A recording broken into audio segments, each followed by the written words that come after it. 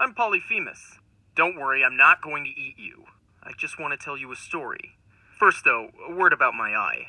I know you find it horrifying. Everyone does. But where I live, having one eye is not a big deal. We all have one eye. We're Cyclopes, and we're proud of who we are. We have quite a distinguished history, you know. For example, we once helped our friends, the gods, Zeus, Poseidon, and Pluto, take over the world. For a while, we were really popular. Anyway, we Cyclopes eventually moved to Sicily and took up quiet, peaceful lives as shepherds.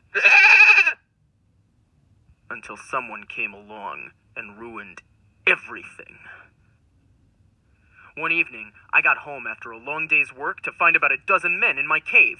Men who had made themselves quite comfortable, sitting around my fire, eating my cheese, and drinking my milk. It was quite a shock. I asked them who they were, and this one guy sticks out his chest and declares that they're Greeks returning from the Trojan War, and that it is my duty to give them gifts. The nerve! So I ate two of the guy's friends. I know that sounds pretty bad, but you've got to understand that for a Cyclops, eating people is just kind of natural. It's what we do, you know? So, the next day, the leader gave me a big speech about how we should be friends and offered me some wine. It was amazing wine. Then the guy tells me that his name is Nobody. I thought that was weird, but whatever. Anyway, the wine made me really tired, and before long I was sound asleep. Until suddenly I was jolted awake by the worst pain I have ever experienced. Those savages had driven a hot spear into my eye. A few Cyclopes came running, but when they heard me yelling, "Nobody has blinded me," they shrugged and walked away.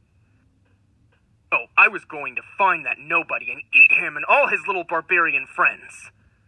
But somehow they escaped. All of them. I'd been played for a fool. Except when he got to his boat, Nobody started shouting at me.